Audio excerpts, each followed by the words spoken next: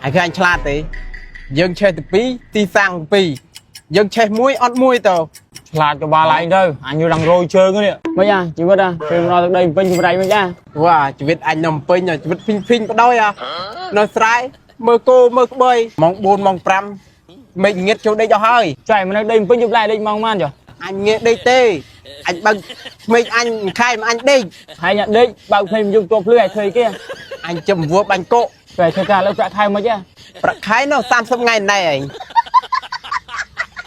ពេលឯងមកពេញឯងតែងខ្លួនអញ្ចឹងខុសពីនៅស្រែអត់ khô nó sai đắt à thì rồi nó biết tí anh à xôm mà khôn Facebook xôm mi cram anh vì khơi anh cho hà ពូនេះខ្វាក់ភ្នែកចាមើលឃើញឯងសង្ហា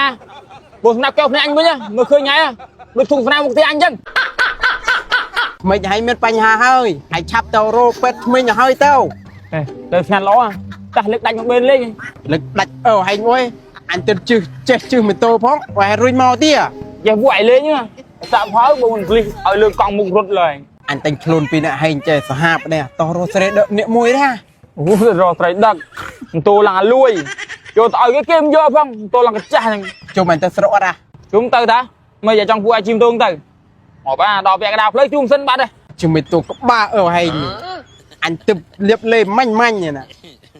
anh thạch mau anh បកជិះម៉ូតូទៅមានជិះឡានឈ្នួលទៅ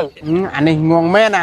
chứ lan snow ôi lui dù តែនេះម៉ូតូគាត់ជិះឡានគាត់ជិះlạiជិះអីទៅវិញចុង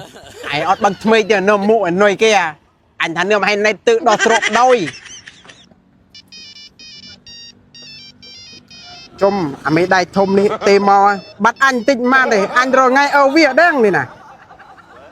lâu bong Ồ, này lên tu xăm vậy bán đấy hả?